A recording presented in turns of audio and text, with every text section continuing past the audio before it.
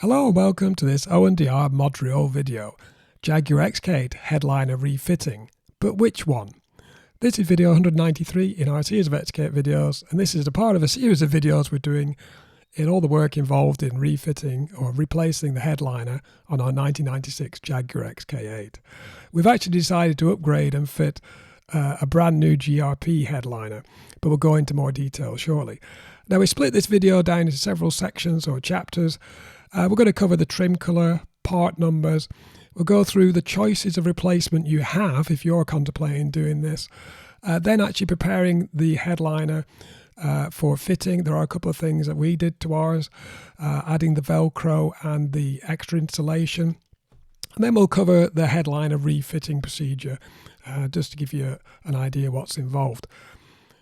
If you're interested in removing your headliner, we've covered that in a lot more detail in a separate video. That's video 191. There should be a link in the top right-hand corner. The trim colour then, Jaguar XK8 XKRs only have two different trim colours for the headliner. Is either oatmeal or Nimbus grey. Oatmeal being code AGD and Nimbus grey being LFJ. In our case, we have an oatmeal interior, so we used the oatmeal headliner. Now Jaguar does use lots of different colours for headliners, including beige, and but it is incorrect for an X100. And that's my actual headliner was beige, because I think the previous owner had actually recovered it in the wrong colour. I didn't actually realise it was the wrong colour. It's in the roof, you don't see it. It only became apparent when I compared it with the oatmeal A-pillar material, as you can see here, and it was quite different. And it does make a big difference in the interior. I'll show you the pictures later. Part numbers then are very early XK8. The part number for the headliner is HJA1005AB. It's long since been superseded by AC, but neither are available new now. If you're lucky, you might find a new headliner for later cars, 2003 onwards. And those part numbers are C2N 33, 30, 31, 32 and 29. There are some subtle changes in the headliner, mic hole differences, left and right and drive, etc. Very small, but it does make a difference. So please check the part number if you intend buying a new OEM one. The choice of replacements then. As I say, we've got four options you've got available. You've got OEM, if you can find one, specialist trimmer, the flexible type and the rigid type. So if you want an OEM headliner, you can find them at S&G Barrett. They sell OEM headliners there. If they're available, if you can find the right one for your car, you're going to be paying £600 plus delivery. Specialist trimmers, for example, aldridge.co.uk in the West Midlands, UK, they offer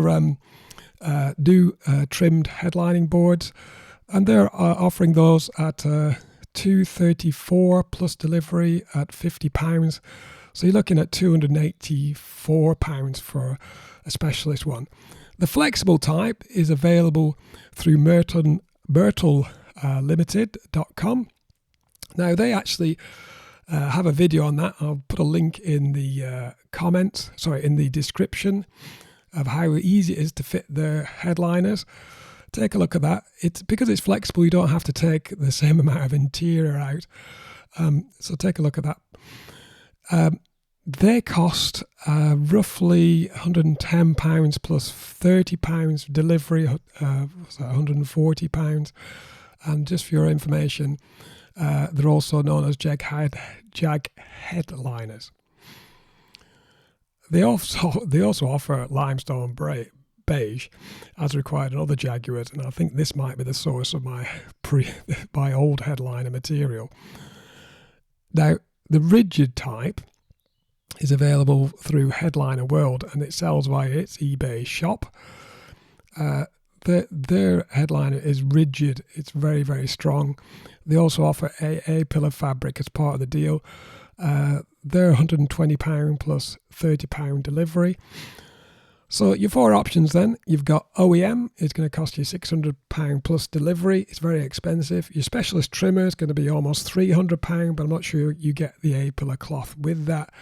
You've got the flexible, one which is £140. It's very easy to fit, and the rigid one at £150, and that's also very strong. I think with the flexible and the rigid offers from Myrtle and Headliner World, they do come with the additional A-pillar cloth. We actually decided to go for the rigid option.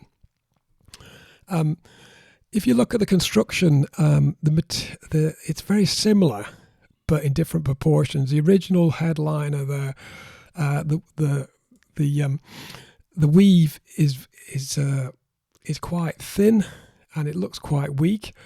When you look at the new rigid one, it's a more dense weave. There's a lot more resin there, and it's quite rigid. So we decided to go for the rigid one because, in our case, the Headliner construction had actually collapsed, so I didn't really want to risk going for a flexible one. Not to say it wouldn't be adequate. To prepare your Headliner, then you need to fix the Velcro in the early cars. So when we removed our Headliner, there's a Velcro strip right at the back there, and that actually attaches to a little Velcro pad in the roof, approximately 140 millimeters from the edge.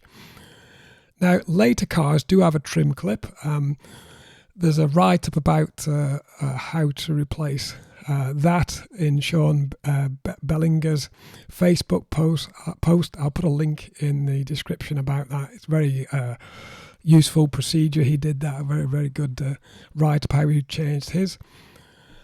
So actually, in attaching the Velcro pad, we measured 140 millimeters from the end of the Headliner.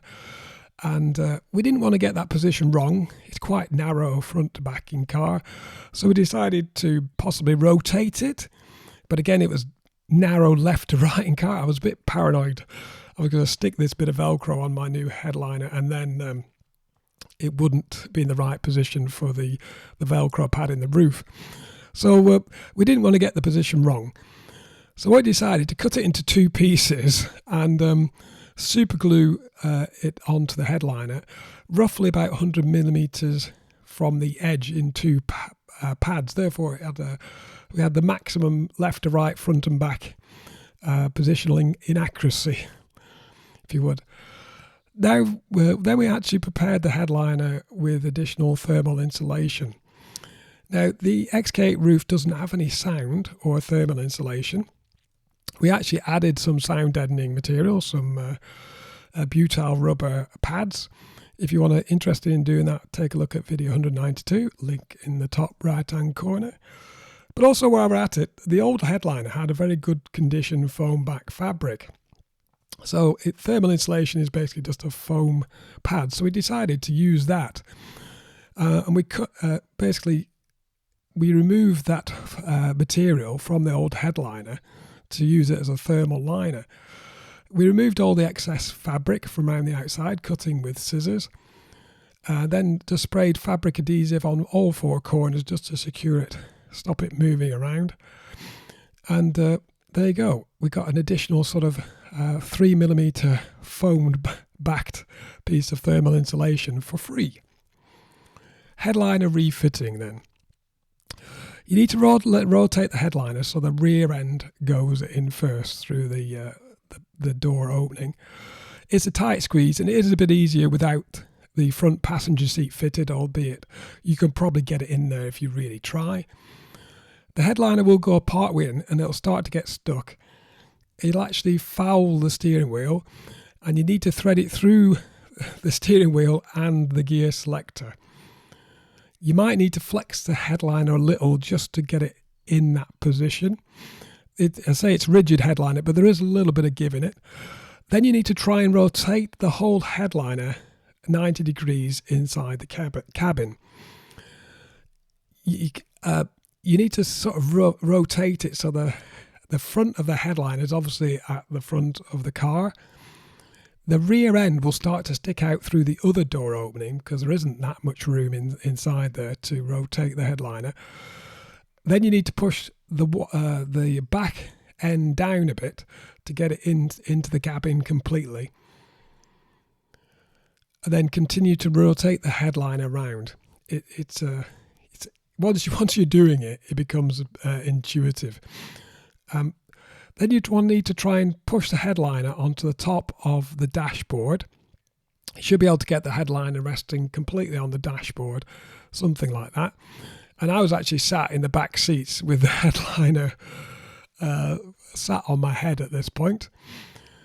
You need to rest the headliner on the top of the driver's seat, or as I say, on your head, and then push the rear sides behind the rear quarter trims. Now in our case, I'd completely removed the rear quarter trims from the sides, but you can, in theory, just defeat or undo the top clips, and you should be able to push it along. You need to do that both sides. While you're getting it the rear part of the headliner in, you need to make sure to thread the roof light socket through the hole, because obviously once it's up there, you've got difficulty finding that. You should be able to push the headliner all the way back to the rear of the car, again doing it both sides. As I say, if you're interested in, it's really easy once those rear quarter trims are fully removed. If you want some details of that, I've covered that in a lot of detail in video 189. Should be a link in the top right hand corner. There is one thing of reference. There is a small notch at the rear of the headliner which clears the heated window electrical connection. Now you can use that to make sure you position the headliner left and right in the right place. It should be right over that connection. You should then be able to feel for the Velcro pad in the roof and then push the headliner as hard as you can up against it to engage the Velcro. You then need to refit the roof light fitting. I might suggest upgrading to an LED bulb as we did. If you want to know the size, please let us know in the comments. Then basically just push the roof light fitting back in. It is quite tricky to get that in, but once it's in, I'm sure it's not coming out again.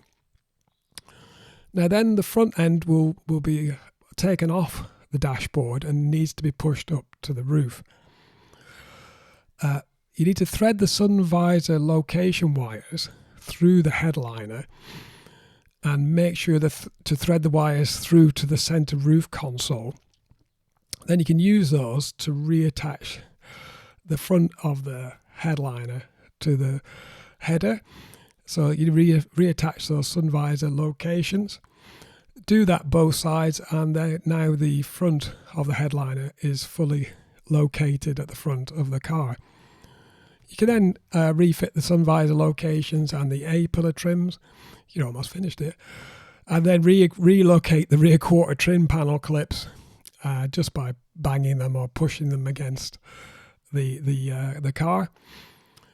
And hence your new headline is fitted. You might need to just go around the rubber door seals just to flick them over onto the new headliner, but that is basically it. And now you can see the proper oatmeal coloured headliner is fully coordinated with the other interior trim. Very, very happy man after doing that. If you're interested in doing this yourself, I'd advise you take a look at our headliner video playlist, where all these videos about all the tiny little details about fitting headliners are in there. Hope you find that useful. If you are considering doing this job, please like, comment, share and subscribe for more XK8 videos.